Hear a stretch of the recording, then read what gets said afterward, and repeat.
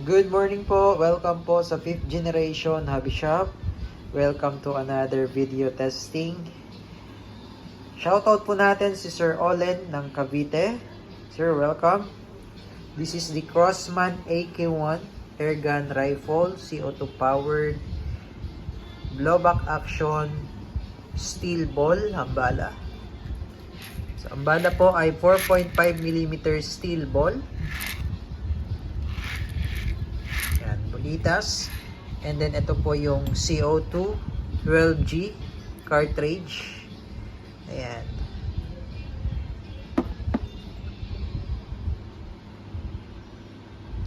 Ito po yung selector switch para sa semi and full auto. Ayan. Adjustable po ang sight niya. Okay, pwede po kayo dito maglagay ng accessories katulad ng flashlight, red dot optic, angle red dot. Ayan sir. Ang magazine niya naman po ay 25 rounder capacity. Ayan, up to 430 feet per second. Rate of fire up to 1,400 rounds per minute. Ayan. Blowback action by Crossman. Okay.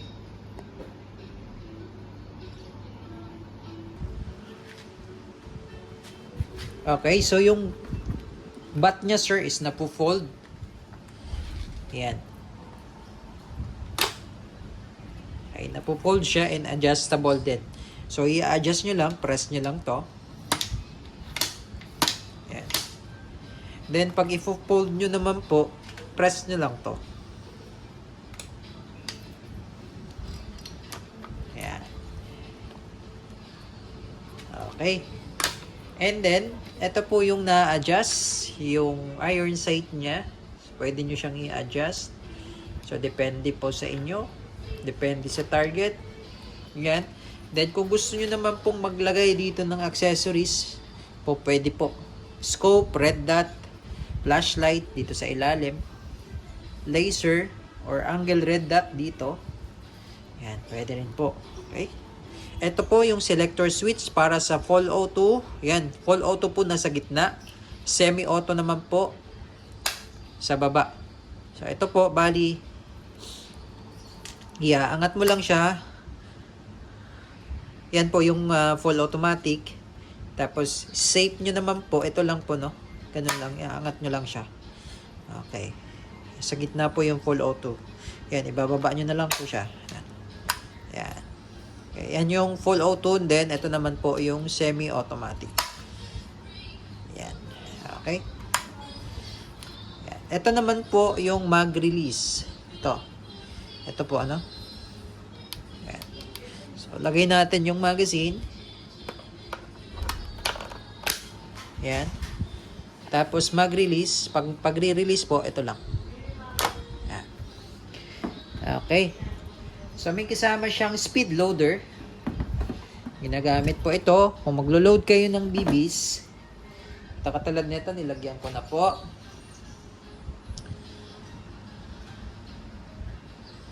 Okay, so pwede po kayong gumamit ng copper coated or silver coated na BBs as long as 4.5mm.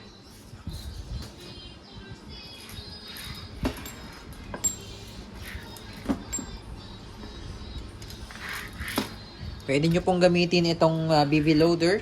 Ayan. Lagyan na natin.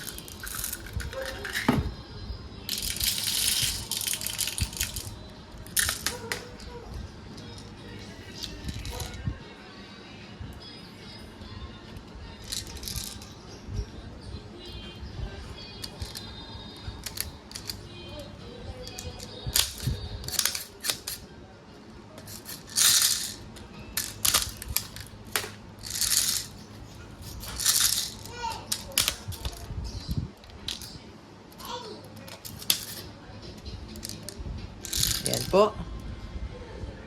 So, ilalak nyo lang po sa dulo yung spring. Tapos, release. Yan. So, wala pong problema kung copper coated or silver coated as long as 4.5mm po yung steel ball. Okay? Huwag lang po kayong umorder sa online, sir, kasi yung diameter niya iba po. Mas malaki po yun. Okay? Mas maganda sa amin lang po kayo umorder ng steel ball.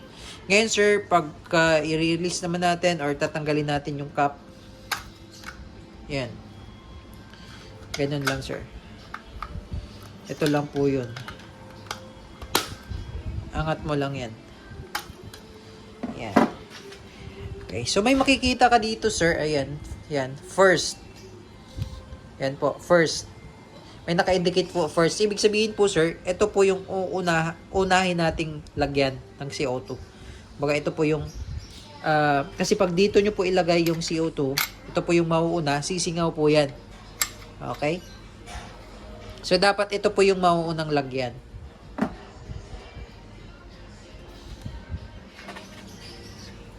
Lagyan lang po natin ng silicone oil.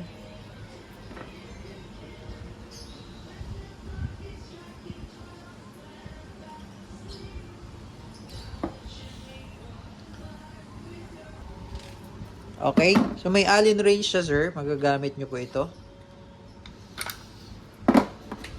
Okay, so unahin po natin yung sa may left side.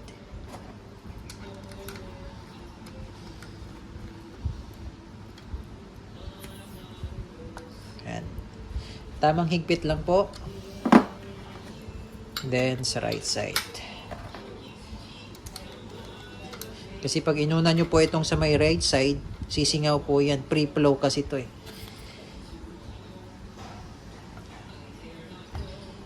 Ayan. So po pwede po ditong isa lang ang CO2 na ilagay nyo, sir. Sa may left side lang kayo maglalagay kung isang piraso lang po. Okay. Then ito po, pwede nyo pong ilagay dito.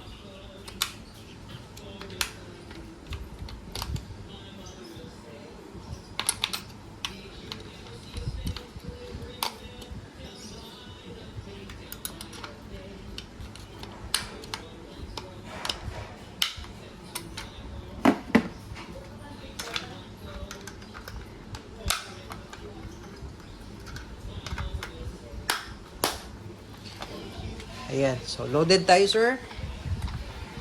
Okay. Testing po tayo, sir. Crossman AK1. Semi and full auto, sir. Testing natin.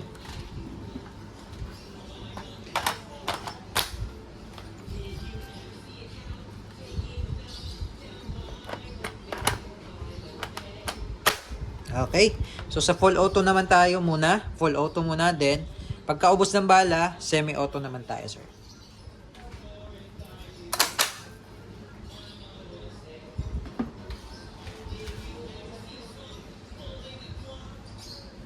Testing, sir. Full automatic po.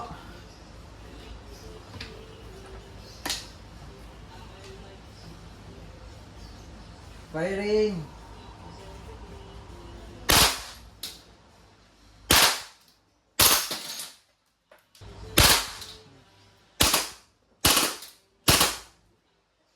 So, nag-open bolt siya, sir. Wala na siyang bala. Open bolt. Load tayo ulit. Nag-load tayo ulit, sir. Semi-auto naman tayo.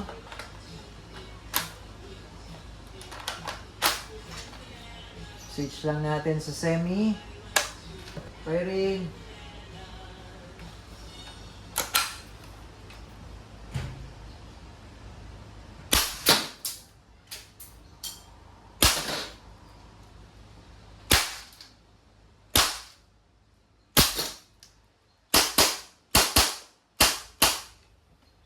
Semi-auto yun, sir. So, mas masarap pag full auto eh. So, full auto, lagay lang natin sa gitna.